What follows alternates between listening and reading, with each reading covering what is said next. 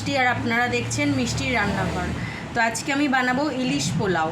তার জন্য প্রথমে আমি মাছটাকে গোলমরিচ, নুন আর সাদা তেল দিয়ে মাখিয়ে রেখেছি। এরপর আমি এর মধ্যে বারিস্তা আর দই পেস্ট করে রেখেছি, সেইটা আমি এর মধ্যে দিয়ে ম্যারিনেট করব।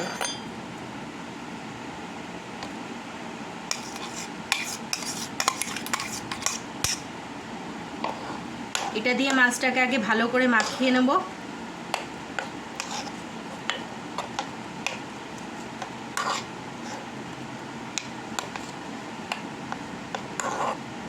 এর মধ্যে 2-4টে কাঁচা লঙ্কা দেব।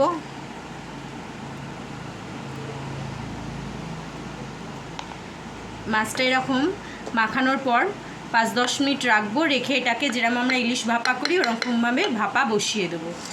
এরপর আমাদের পোলাওয়ের জন্য লাগবে চালটাকে আমি ভিজিয়ে রেখেছিলাম আধ ঘন্টা আগে, দিয়ে ভিজিয়ে জল ঝরিয়ে নিয়েছি। আপনারা বাসমতি চাল, আমি এটা গোবিন্দভোগ ইউজ করছি, আপনারা চাইলে এটা বাসমতিতেও করতে পারেন। এছাড়া আমার লাগবে হচ্ছে আদা আর কাঁচা লঙ্কা বাটা, পেঁয়াজের কুচি, গোটা গরম মশলা আর কাঁচা লঙ্কা চেরা। চলুন এবার বানাই। আমি মাছটা মেখে এটাকে বসিয়ে দিয়েছি। এখানে ইলিশ মাছ তো জানেনই বেশিক্ষণ টাইম লাগবে না, 5-7 মিনিটের মধ্যে ইলিশ মাছটা সিদ্ধ হয়ে যাবে। তারপর আমি আপনাদের দেখাচ্ছি পরে। মাছটা তো আমি বসিয়ে দিয়েছি, মাছটা হতে হতে আমি ভাতটাও বসিয়ে দিলাম। এক সাইডে মাছটা হোক, ততক্ষণ আমার ভাতটা বসিয়ে দিই। তো তার জন্য আমি একটু তেল নিয়েছি, তেলের মধ্যে আমি কাটা পেঁয়াজ দিয়ে দেবো। পেঁয়াজের কুচিগুলোকে দিয়ে দিলাম, দিয়ে এটা ভেজে নেব। এর মধ্যেই আমি গোটা গরম মশলাটা যেটা ছিল সেটা দিয়ে দিলাম। আচ্ছা, গোটা গরম মশলার মধ্যে আমি একটু গোলমরিচের গুঁড়ো অ্যাড করেছিলাম, ঠিক আছে। এবার এটার মধ্যে আমি একটু নুন দিয়ে দেবো, সামান্য দেবো নুন এখন, কারণ পরে আমি চাল হিসাবে নুন দেব। পেঁয়াজটা নরম হওয়ার জন্য এবার আমি ঢেকে দেবো যাতে পেঁয়াজটা নরম হয়ে যায়। তারপর আমি বাকি মশলা, পেঁয়াজটা অনেকটাই নরম হয়ে গেছে।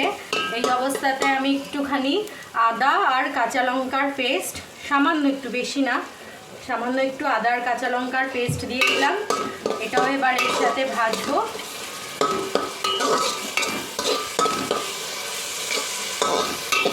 আর সাথে আমি একটা ছোট বাটারের টুকরো অ্যাড করলাম। আপনারা চাইলে ঘি অ্যাড করতে পারেন, আমি ঘি খাই না তাই আমি বাটারটা ভালোবাসি, তাই বাটারটাই অ্যাড করলাম। এটা একটুখানি ভাজা হয়ে গেলে, এই 1-2 মিনিটের মতো একটুখানি এটাকে ভেজে নেব। তারপরে আমি চালটা অ্যাড করব। ব্যাস, এই অবস্থাতে আমি এবার চালটা অ্যাড করে দিলাম। চালটা দিয়ে একটু নেড়ে নেব। আচ্ছা, চালটা আপনি যে পরিমাণে দেবেন তার ঠিক ডাবল পরিমাণে জল নিতে হবে। যদি 1 বাটি চাল দেন তাহলে 2 বাটি জল নিতে হবে। তো আমি সেই হিসাবে জলও গরম করে রেখেছি, কারণ গরম জলে ইউজ করব এতে। এবার পরিমাণ মতো, আপনাদের চালের পরিমাণ কতটা সেই হিসাবে নুন অ্যাড করবেন, ঠিক আছে। তো আমার চালের পরিমাণ হিসাবে আমি নুনটা অ্যাড করলাম।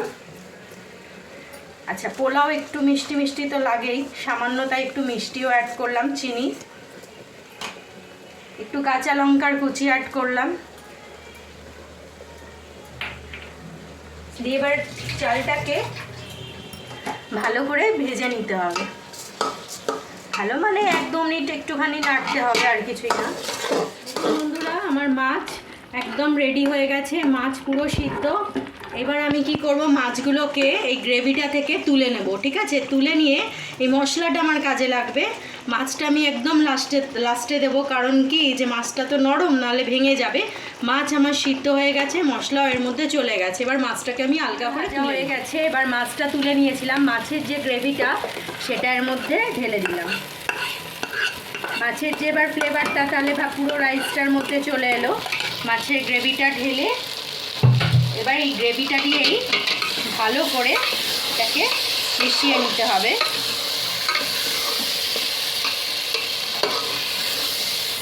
এবার এর মধ্যে আমি যে গরম জলটা করে রেখেছিলাম সেই গরম জলটা দিয়ে দেবো।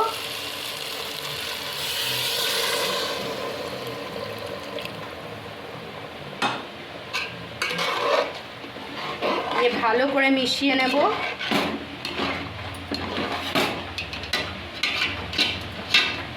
ঠান্ডা জল দেবেন না, তাহলে কিন্তু ভাতটা ভালো হবে না, টেস্টটা নষ্ট হয়ে যাবে।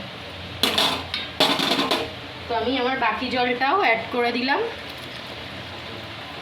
দিয়ে এবার এটা একদম হাই ফ্লেম থাকবে, এটাকে ফুটতে দিতে হবে। যতক্ষণ না এটা ফুটছে আমি ঢাকা দেবো না, এটা ফুটলে তারপর আমি ঢাকা দিয়ে এটাকে করব। দেখুন আমার ভাতটা কি সুন্দর ফুটছে, এরম অবস্থাতে আমি গ্যাসের ফ্লেমটাকে মিডিয়াম করে দেবো, দিয়ে ঢাকা দিয়ে দেবো। বন্ধুরা এইভাবে দেখুন আমার ভাতের জলটা অনেকটা টেনে গেছে, একটু গামাখা মাখা আছে।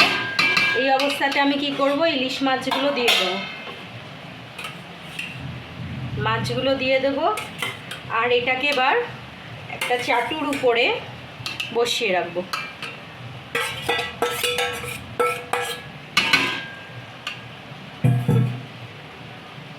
এটা যেরকম ঢাকা ছিল ওরকম ঢাকা দিয়ে দিলাম। এবার এটাকে নাবিয়ে আমি একটা চাটুর উপরে একদম আঁচ কম করে এটাকে স্টিমের মধ্যে বসিয়ে দিয়েছি। একটা চাটুর উপরে হাঁড়িটা বসিয়ে এটাকে একদম কম আঁচ করে বসিয়ে দিয়েছি। এটা 15 মিনিটের মতো বসানো থাকবে, তারপরেই আমার ইলিশ পোলাও। বন্ধুরা আমার গরম গরম ধোয়া ওটা ইলিশ পোলাও একদম রেডি। এই বৃষ্টির দিনে ভীষণ ভালো লাগে এটা খেতে। আপনারা প্লিজ বাড়িতে একবার ট্রাই করুন, আপনাদেরও ভালো লাগবে। যদি ভালো লাগে আমাকে কমেন্টে প্লিজ জানাবেন কেমন লাগলো। আর যদি আমার রান্না আপনাদের ভালো লাগে তাহলে আমার মিষ্টি রান্নাঘরকে আপনারা প্লিজ লাইক করবেন, শেয়ার করবেন, সাবস্ক্রাইব করবেন।